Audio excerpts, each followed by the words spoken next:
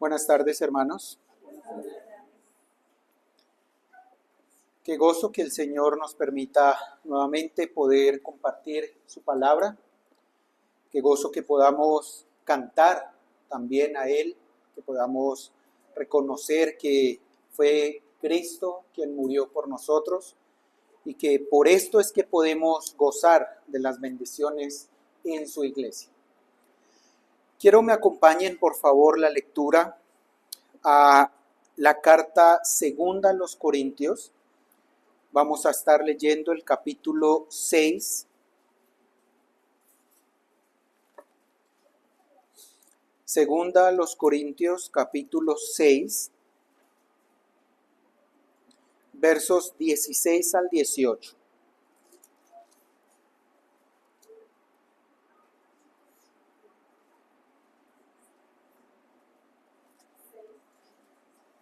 Segunda a los Corintios 6, 16 al 18. Dice: ¿Y qué acuerdo hay entre el templo de Dios y los ídolos? Porque vosotros sois el templo del Dios viviente, como Dios dijo: habitaré y andaré entre ellos, y seré su Dios, y ellos serán mi pueblo. Por lo cual, salid de en medio de ellos y apartaos, dice el Señor, y no toquéis lo inmundo, y yo os recibiré, y seré para vosotros padre, y vosotros me seréis hijos e hijas, dice el Señor Todopoderoso. Oremos.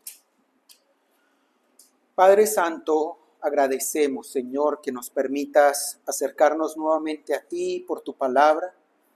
Agradecemos que nos concedas, Señor, en este tu día doble porción, Padre, del alimento espiritual. Y rogamos también, Señor, reconociendo nuestra debilidad, que seas tú fortaleciendo nuestras mentes, nuestros ojos, nuestro cuerpo, Señor. Permite que nuestras mentes estén claras, Señor, lúcidas y atentas a tu palabra, y que así, Padre, podamos recibir la bendición, Señor, que traes a través de ella. Edifica, Señor, a tu iglesia por tu palabra. Concédenos de tu espíritu también para que obre en nuestros corazones. Guíanos, Señor, en esta tarde. Lo rogamos por Cristo Jesús. Amén. Bien, hermanos y amigos, como saben, estamos tratando estos temas con respecto a la iglesia. Hemos estado meditando en las diversas metáforas o figuras que usa la Biblia para referirse a la iglesia. Esto primero para darnos cuenta cómo Dios muestra a su iglesia, que ha sido el título de esta serie que hemos estado llevando, pero también para conocer diferentes características de la iglesia, para entender de una mejor manera a través de las figuras que usa la Biblia qué es la iglesia. Y pues de esta manera también, al meditar en las consecuencias de esto, pues que nos podamos conformar y podamos comenzar cada vez más a ser esa iglesia que Dios quiere como la muestra también. Hemos visto que el Señor en su palabra muestra a la iglesia como el cuerpo de Cristo. Si recuerdan, decíamos que la metáfora del cuerpo de Cristo destaca la unión en medio de la diversidad de la iglesia. Entonces, la iglesia es un solo cuerpo, hay unidad, y como iglesia debemos trabajar por preservar esa unidad, pero al mismo tiempo, en medio de esa unidad hay diversidad. Hay diversidad de dones, hay diversidad de servicios, hay una diversidad de formas en que cada uno de nosotros puede servir al Señor. Esto es importante para que cada uno de nosotros veamos que cada parte del cuerpo de Cristo tiene su lugar, pero también que cuando un miembro se duele, todos los miembros se duelen junto con él. para darnos cuenta que no debemos estar pensando o anhelando la posición que Dios le dio a otro en el cuerpo, sino procurando hacer lo que yo tengo que hacer dentro del cuerpo. Claro está, recordando siempre que la cabeza es Cristo. Dijimos también que la iglesia es la esposa de Cristo, aquella que ha de someterse a su esposo. La iglesia como esposa de Cristo goza del amor sacrificial infinito y perfecto de su esposo, que dio su vida por ella, y también que la santifica, la ama con el propósito de santificarla. Así que la iglesia como esposa de Cristo debe buscar esto mismo, debe buscar sujetarse a Cristo y obedecer cada día más a Cristo, y debe buscar santificarse. Cristo la quiere santificar y la está santificando. Así que la esposa de Cristo no debe ser rebelde a ese proceso de santificación, sino que debe dejarse santificar. Hemos visto que la iglesia también es el rebaño de Dios. Como rebaño, entonces, entendemos que primero somos propiedad de Dios, que Dios, como mirábamos en el Salmo, debe ser nuestro pastor, que como ovejas del rebaño de Dios tenemos necesidades que nuestro buen pastor suple, que suple a través del príncipe de los pastores, que es Cristo, pero también que suple a través de pastores que da a las iglesias como un don de Cristo. Veíamos que la iglesia como rebaño de Dios oye la voz de su pastor y lo sigue. Oye la voz de su pastor y lo sigue. La iglesia también es el pueblo o nación de Dios. Un pueblo escogido, resaltábamos en su momento. Un pueblo al que Dios amó y ama, no porque fuera mejor que los otros pueblos, ni porque nosotros de ninguna manera seamos mejores que otros, sino porque simplemente quiso amarnos. Pero también veíamos que como nación de Dios hemos de vivir aquí en la tierra como extranjeros y como peregrinos, anhelando el momento en el que entraremos propiamente en la nación celestial con Cristo. En cada una de estas, hasta el momento hemos resaltado que la iglesia es primeramente de Dios, porque la iglesia es el cuerpo de Cristo, no es el cuerpo del pastor, no es el cuerpo del que sea propietario de más de la mitad de las sillas o algo así, es cuerpo de Cristo, es propiedad de Cristo. Cristo es la cabeza. La esposa es esposa de Cristo. La esposa no es del pastor, de quien sea que mande, o en algunas organizaciones eclesiásticas, como saben entonces, del obispo, del pastor regional, departamental o del país. La esposa es de Cristo. Asimismo, el rebaño es de Dios, la nación es de Dios. Ahora, hemos también dicho que estas metáforas de la iglesia aplican tanto en un aspecto local como un aspecto universal. Y ahí estamos resaltando un aspecto importante de la iglesia.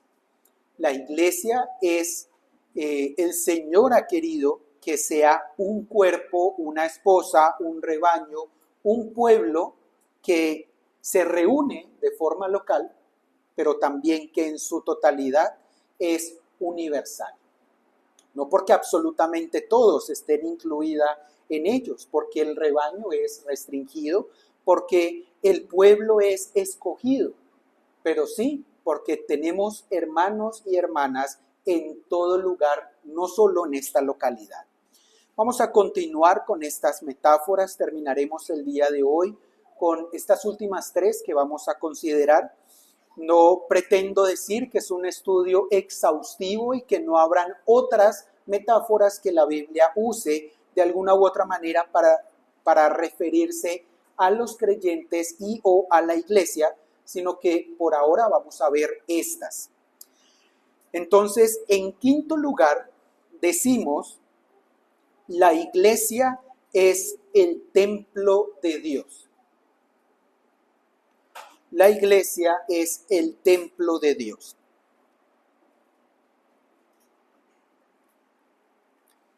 Parte de esto entonces lo acabamos de ver en 2 de Corintios 6.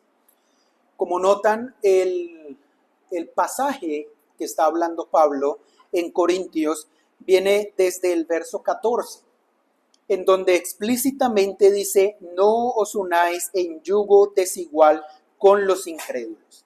Este no es el tema que nosotros estamos tratando, por eso hemos estado analizando desde el verso 16 para resaltar lo que es la iglesia, pero noten que esta enseñanza, que este mandato de Pablo tiene su razón en el hecho de que la iglesia es el templo de Dios.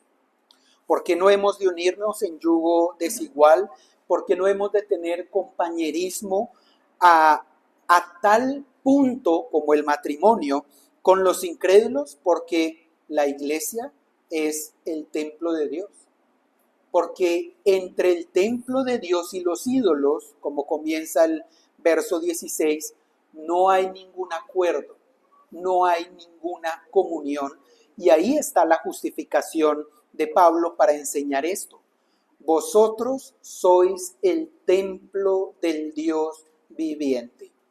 Como Dios dijo, habitaré y andaré entre ellos y seré su Dios y ellos serán mi pueblo.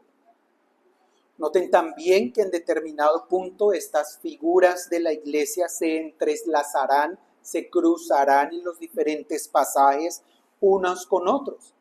Aquí en este verso que se cita del Antiguo Testamento, vemos que el Señor dice que Él habitará y andará entre quienes, entre su pueblo. Por lo tanto, el pueblo de Dios es por donde Dios anda o en donde Dios habita. Pero acá estamos diciendo que la iglesia es el templo de Dios, del Dios viviente. O extrayendo lo que dice allí, es el lugar, si pudiésemos decirlo de esa manera, en donde Dios habita. La iglesia es el templo de Dios porque Dios habita en ella. Y desde el Antiguo Testamento el Señor se los estaba revelando. Él iba a habitar en medio de ellos. Esto tiene un montón de consecuencias, tanto para el pueblo en el Antiguo Testamento como para nosotros. Recuerdan que el hecho de que Dios hubiera escogido el lugar de su habitación o de su morada en medio de ellos, implicaba que ellos eran un pueblo santo y que todo lo que hacían debía seguir unas normas de orden y de santidad porque Dios habitaba en medio de ellos. Así que la iglesia es el templo de Dios porque el templo es el lugar que Dios ha escogido como su morada. Y quiero que veamos algunos pasajes que hablan en el Antiguo Testamento acerca de esto. Primero vamos a Levítico 26, versos 11 y 12.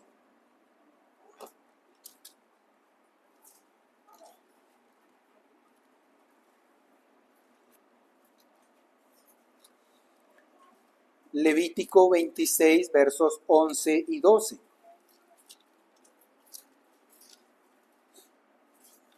Dice allí, y pondré mi morada en medio de vosotros, y mi alma no os abominará, y andaré entre vosotros, y yo seré vuestro Dios, y vosotros seréis mi pueblo. Básicamente, este es el pasaje que está citando en 2 Corintios. Noten de dónde viene esto. Si rápidamente, sin leerlo completo, vamos al titulito que pone allí las sociedades bíblicas, dice bendiciones de la obediencia. Son parte de la promesa que el Señor había dado a su pueblo. En medio del pacto, entonces, Si ellos obedecían sus mandatos, si obedecían el pacto, una de las bendiciones que el Señor les va a dar es que pondrá su morada en medio de vosotros, de ellos. Y saben que con este propósito el Señor permitió que el tabernáculo estuviera allí. Y el propósito, ¿cuál era? Que todos los de afuera notaran que Dios moraba entre su pueblo. Así que el templo allí es este lugar en donde Dios pone su morada, pero ha querido tener su morada en medio de su pueblo. Miren que el pasaje implica que Él no morará con aquellos a los que abominan, porque dice en Levítico, y mi alma no os abominará.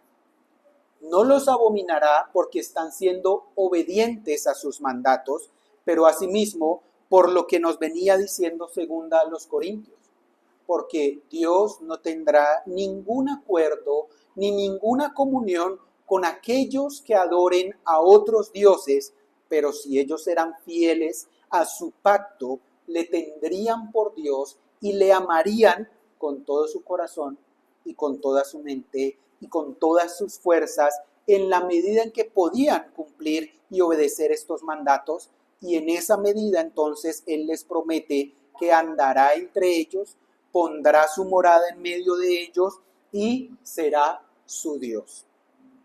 Vemos también un poco de esto del templo en Primera de Reyes. Primero de Reyes, capítulo 8, en algunos versos en donde Salomón hace la dedicación del templo y hace la inauguración, podríamos decirlo de esta manera.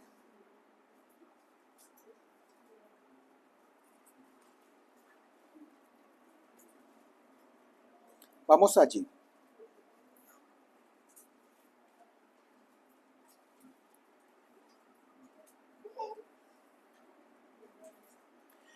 Verso 13 de Primera de Reyes.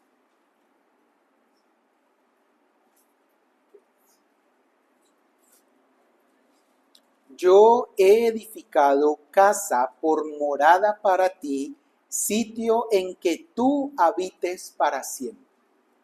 ¿Qué es el templo? Este templo que pudo construir Salomón, dice él, que es casa por morada para ti y sitio en que habites para siempre. Pero más adelante en el verso 27 dice lo siguiente.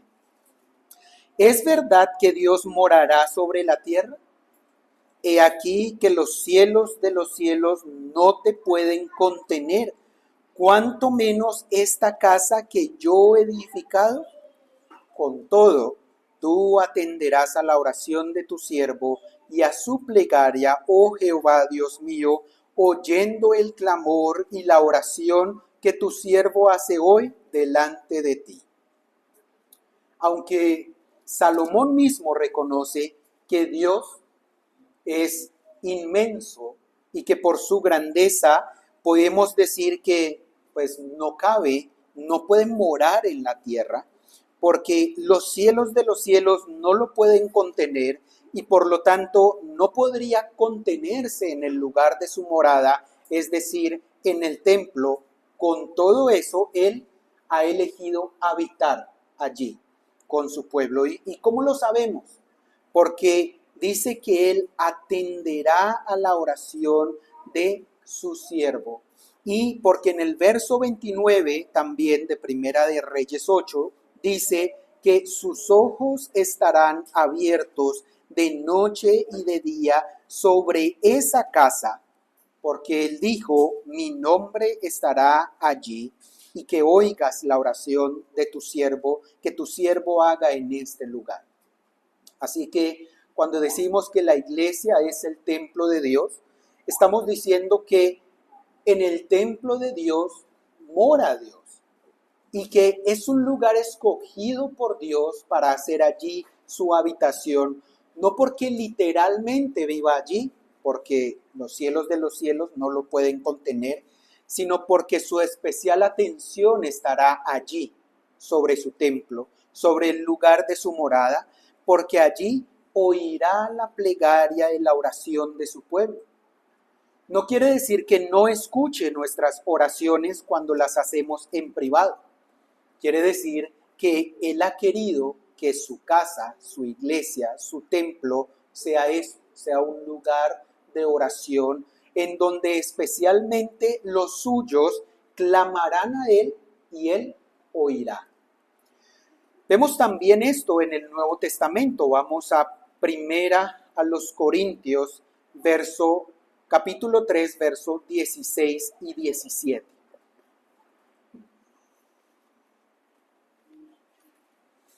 Primera los Corintios 3, versos 16, 17.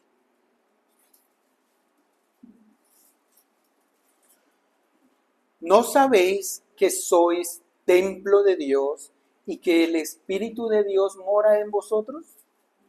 Si alguno destruyere el templo de Dios, Dios le destruirá a él. Porque el templo de Dios, el cual sois vosotros, santo es. Varias cosas vemos allí. Si nos preguntásemos, ¿cómo es posible que la iglesia sea el templo de Dios, pero el templo de Dios es el lugar de su morada? Es decir, ¿cómo puede Dios habitar en su iglesia si no es un sitio fijo como en el Antiguo Testamento, en donde Él manifestaba su gloria por medio de nube o de fuego? ¿Cómo es posible que more en la iglesia si la iglesia es universal? Si hay iglesia en todos lados, acá tenemos la respuesta. Porque el Espíritu de Dios mora en vosotros. El Espíritu de Dios mora en la iglesia. El Espíritu de Dios mora en los creyentes. Miren que esto nos da varias cosas. Primero, confirma que el templo es el lugar que Dios ha escogido como su morada. Si la iglesia es el templo de Dios, Dios mora allí, en la iglesia. ¿Cómo lo hace? Por medio de su Espíritu, porque ha querido que todos aquellos que son iglesia, recuerden que la iglesia no es un edificio físico, no es un sitio, ha querido que la iglesia entonces sean aquellos en los que mora el Espíritu de Dios. Y por eso Él hace la pregunta, ¿no sabéis que sois templo de Dios? ¿Que el Espíritu de Dios mora en vosotros? Y trae otras implicaciones. Si alguno destruyere el templo de Dios, Dios le destruirá a él. Tiene unas implicaciones sobre los enemigos de la iglesia. Aquel que quiera destruir el templo de Dios, Dios le destruirá a él.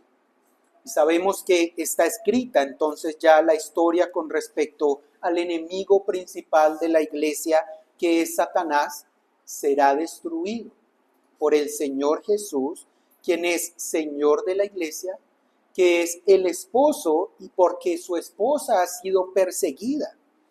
Así que si alguien destruyere o intenta destruir a la iglesia, Dios le destruirá a él, y esto es una condenación a los enemigos de la iglesia.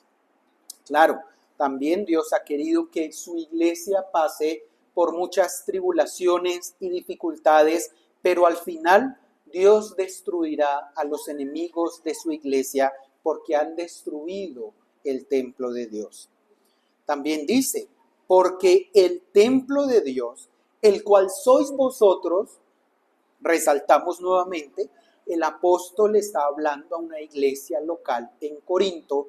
Ellos como iglesia local son templo de Dios, pero asimismo todos los creyentes en todo lugar son templo de Dios. Dice que el templo de Dios, el cual sois vosotros, santo es. El templo de Dios ha de ser santo. Usted y yo, amado hermano, hemos de ser santos. Todos los que estamos en medio de la iglesia y pertenecemos a la iglesia, por cuanto somos el templo de Dios, debemos santificarnos. Sí, Dios ya ha dado una santificación inicial por la obra de su Espíritu, en la cual nos capacita para luchar en contra del pecado, pero aún así el templo de Dios santo es. Nosotros como templo de Dios debemos santificarnos todos los días. ¿Por qué? Porque el Espíritu mora en nosotros, porque Dios mora en nosotros por su Espíritu, y porque no santificarnos lo que está mostrando es dureza de nuestro corazón, y está mostrando que lo que queremos es rechazar la obra del Espíritu Santo. No contristemos al Espíritu Santo.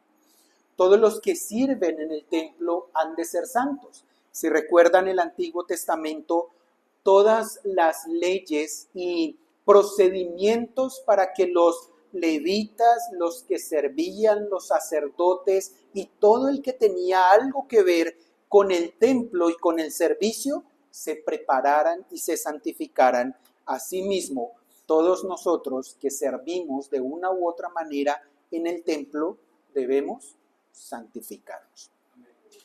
Así que la iglesia no es un lugar al que nosotros asistimos, es el pueblo que Dios ha escogido para poner en él su morada, el lugar de su morada en nuestros corazones por su gracia, porque esto es gracia del Señor. Sexto, la iglesia es labranza y edificio de Dios.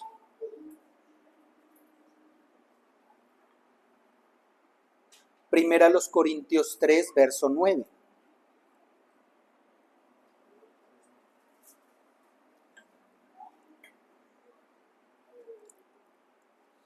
Primera los Corintios 3, verso 9 dice, porque nosotros somos colaboradores de Dios y vosotros sois labranza de Dios, edificio de Dios. Este es básicamente el único pasaje en que utiliza esta expresión labranza para definir, para referirse a la iglesia. La palabra labranza se refiere a un campo cultivado, o decía un autor que también se puede entender como un campo cultivable. O sea, está cultivado, sí, pero también al recoger esa cosecha puede volverse a cultivar. Es un campo cultivable, lo cual este autor, uniéndolo con el asunto del edificio de Dios, entonces el edificio de Dios es un sitio que se edifica, ¿sí?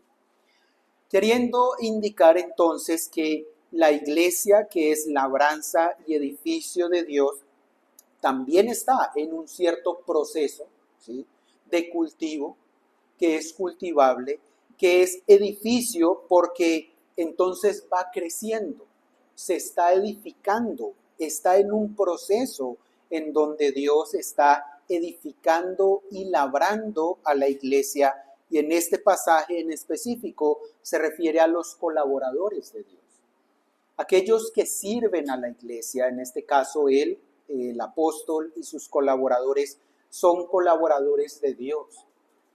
Esto nos muestra que los que están dirigiendo o liderando en la iglesia no han de poner autoritativamente su posición sobre la iglesia, no han de tomar la iglesia como si fuera suya, sino que han de tenerse como colaboradores de Dios en esta labranza y en este edificio, con el propósito de edificar a la iglesia.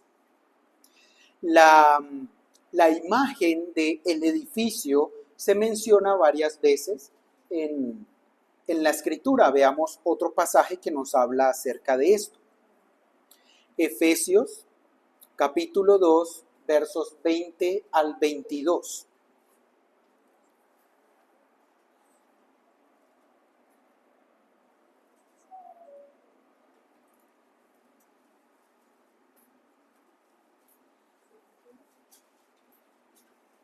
Efesios 2, 20 al 22.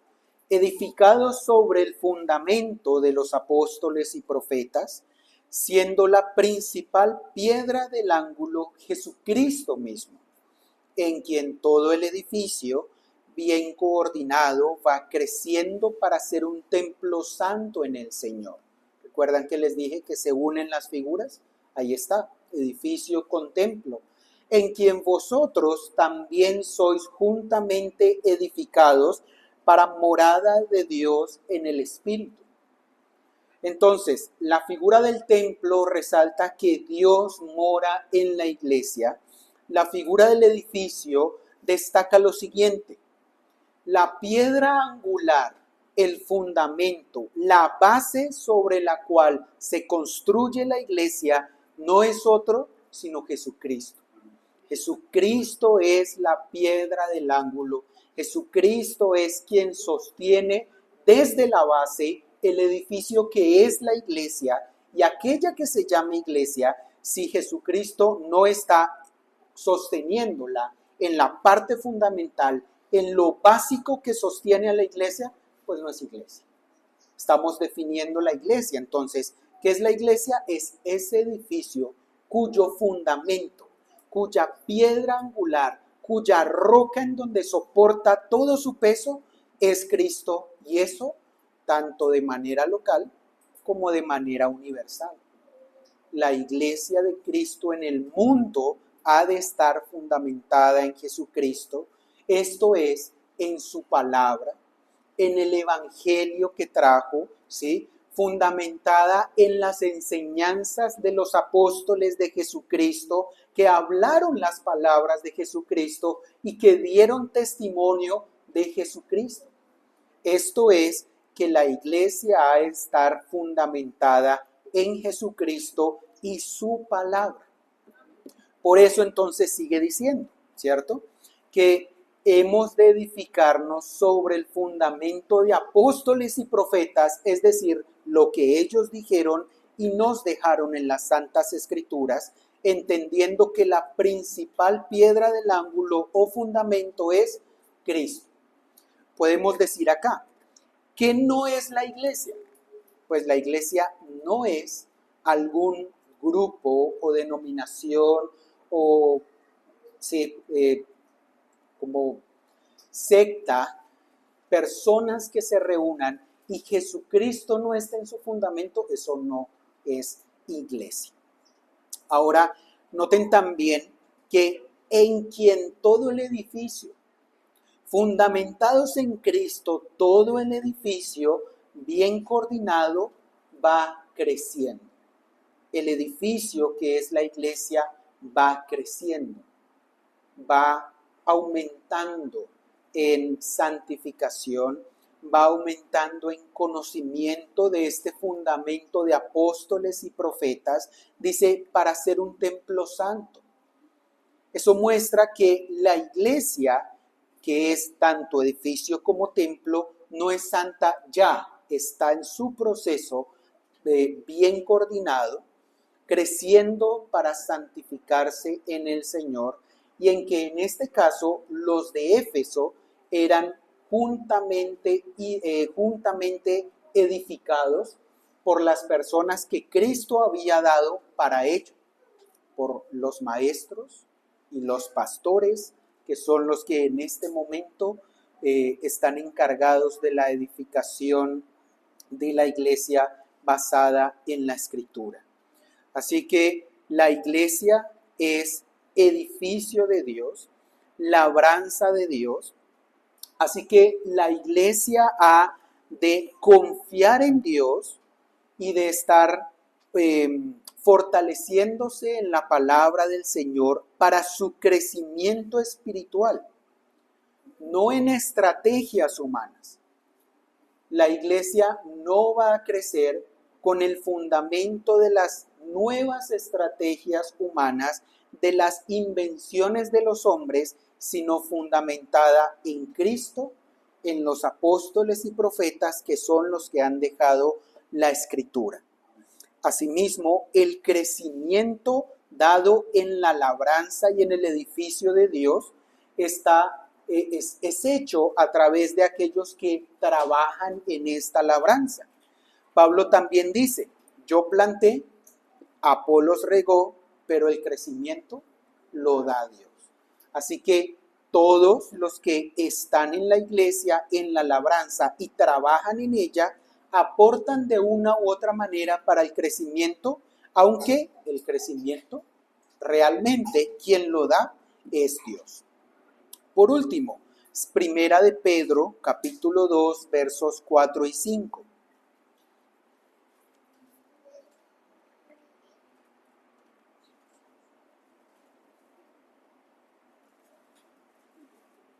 Dice, acercándoos a Él, piedra viva, desechada ciertamente por los hombres, mas para Dios escogida y preciosa, vosotros también, como piedras vivas, sed edificados como casa espiritual y sacerdocio santo, para ofrecer sacrificios espirituales aceptables a Dios por medio de Jesucristo.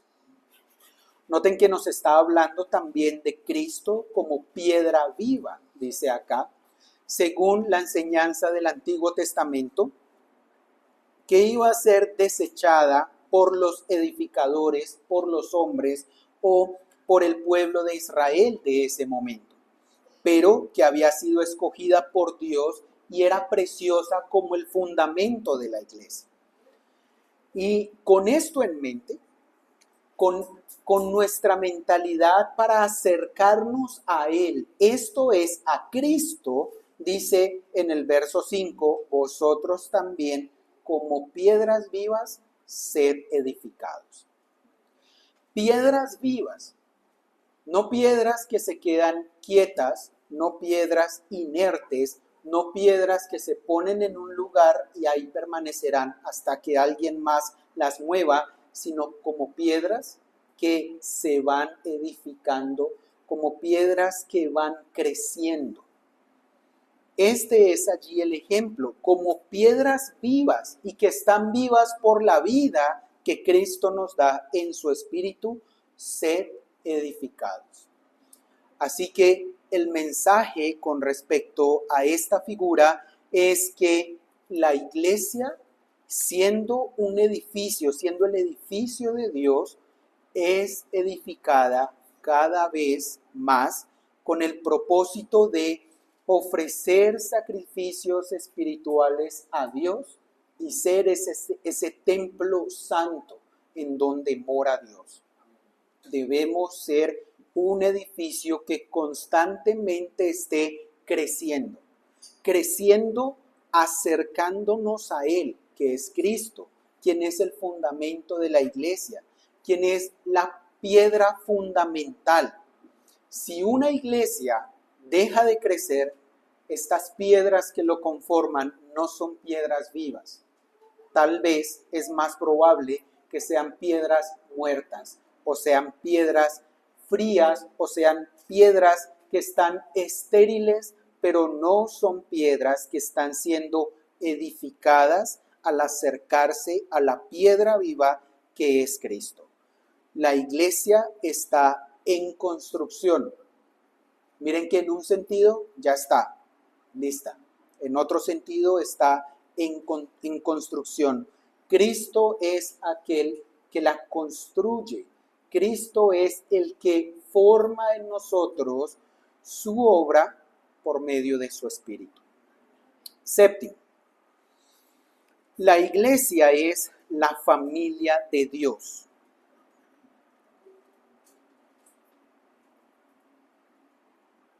Efesios 2:19.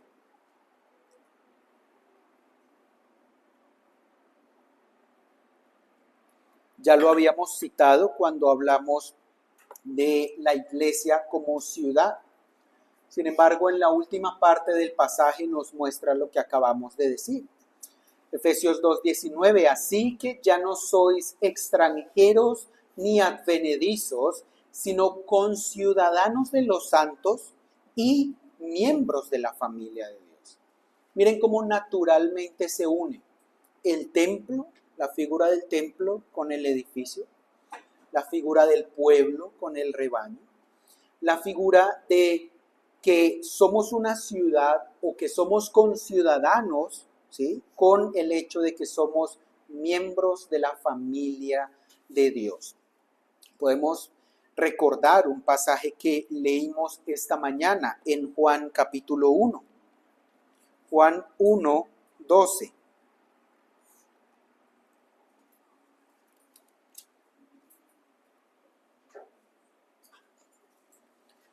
Mas a todos los que le recibieron, a los que creen en su nombre, les dio potestad de ser hechos hijos de Dios. ¿Qué es la iglesia? La iglesia es la familia de Dios, cuyos miembros han recibido la potestad de ser hechos hijos de Dios por gracia. Por gracia y únicamente por Cristo, por la obra del Espíritu Santo en ellos y, como dice acá, porque recibieron a Cristo, porque creen en su nombre. Es por medio de Cristo que somos incluidos en la familia de Dios. Es por medio de la adopción en Cristo, en unión a Cristo, que somos incluidos a la familia de Dios. Y esto nos delimita de nuevo y claramente quiénes son y quiénes no son iglesia. Si la iglesia es la familia de Dios, y los miembros de la familia de Dios están compuestos por aquellos que fueron capacitados o se les dio la potestad de ser hechos hijos de Dios, pues el que no sea hijo de Dios no es iglesia. No que no pueda entrar por esas puertas, no que no se pueda congregar con nosotros, pero como tal no es miembro de la familia de Dios. No hace parte como tal del cuerpo de la iglesia. Está aquí, pero no es una piedra viva que se está edificando. En él no mora el Espíritu de Dios, no es templo de Dios. Esto delimita claramente quiénes sí son iglesia y quiénes no son iglesia. Veamos otro, Gálatas 4, 4 al 6.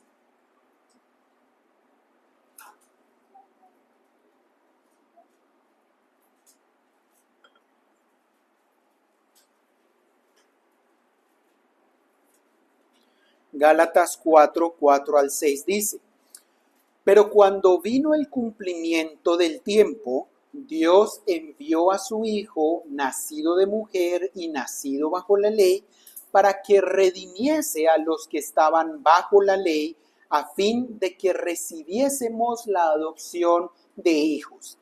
Y por cuanto sois hijos, Dios envió a vuestros corazones el espíritu de su Hijo, el cual clama: Abba, Padre.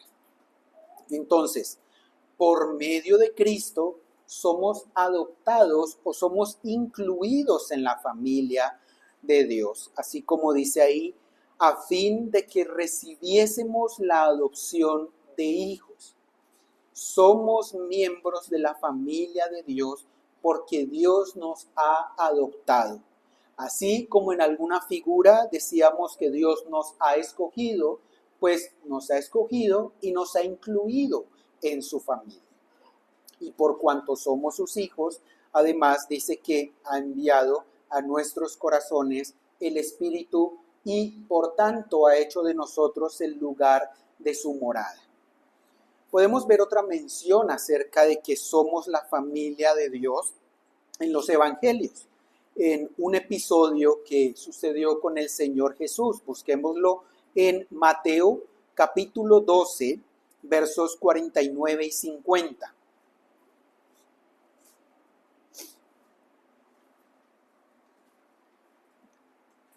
Mateo 12, 49 y 50. Y extendiendo su mano hacia sus discípulos, dijo: He aquí mi madre y mis hermanos. Porque todo aquel que hace la voluntad de mi Padre que está en los cielos, ese es mi hermano y hermana y madre. Si recuerdan el episodio, él estaba en su labor enseñando la palabra de Dios y alguien se acercó diciéndole que lo buscaban sus familiares, su madre y sus hermanos, y el Señor dice esto que tenemos acá, que sus discípulos, Aquellos que hacen la voluntad de su Padre, esos son sus hermanos. Su hermano y su hermana y su madre, esos son miembros de la familia de Dios. Así que la iglesia como familia de Dios nos muestra que la iglesia está compuesta por todos aquellos que han sido adoptados a través de Cristo y han sido incluidos por Dios en su familia a través del Espíritu Santo también en sus corazones. Nos muestra una implicación o una evidencia de quienes son familia de Dios. ¿Quiénes son familia de Dios? Aquellos que hacen la voluntad de su Padre, del Padre de Cristo que está en los cielos. Y esto es muy importante en la iglesia, hermanos, porque la iglesia ha de identificar quiénes son iglesia. La iglesia, los que son iglesia, han de identificar quienes no son iglesia, y estas figuras nos ayudan a ver esto. Si alguien no hace la voluntad del Padre que está en los cielos, no que falle, pecando porque todos pecamos, sino que consistentemente y su práctica a largo plazo siempre sea desobedecer la voluntad del Padre, ese no es miembro de la familia de Dios. Así que, para terminar, voy a leerles los 2 primeros párrafos del capítulo de la Confesión de Fe que nos habla acerca de la iglesia, de lo que es la iglesia. Y noten que estos párrafos resumen, obviamente integrando otras cosas, pero resumen muy bien lo que hemos estado diciendo acerca de la iglesia. Esto debe llevarnos a conocer qué es la iglesia, ¿sí? ¿Qué se espera de nosotros si somos iglesia? O a meditar realmente, pues, si somos o no somos iglesia.